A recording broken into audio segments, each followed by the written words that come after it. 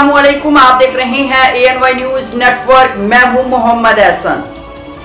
खबर शामिल करते हैं कमीर सिटी से। हमारे सीनियर रिपोर्टर मोहम्मद शहजाद फरीदी की रिपोर्ट के मुताबिक Punjab highway petrol post 34 EB और यंग जर्नलिस्ट प्रेस क्लब कमीर की गवर्नमेंट बॉयज़ स्कूल 114 9L में मुश्तरका ट्रैफिक आगाही मुहिम, तलबा को रोड क्रॉस करने और दीगर ट्रैफिक कवानीन के बारे में लेक्चर दिया गया।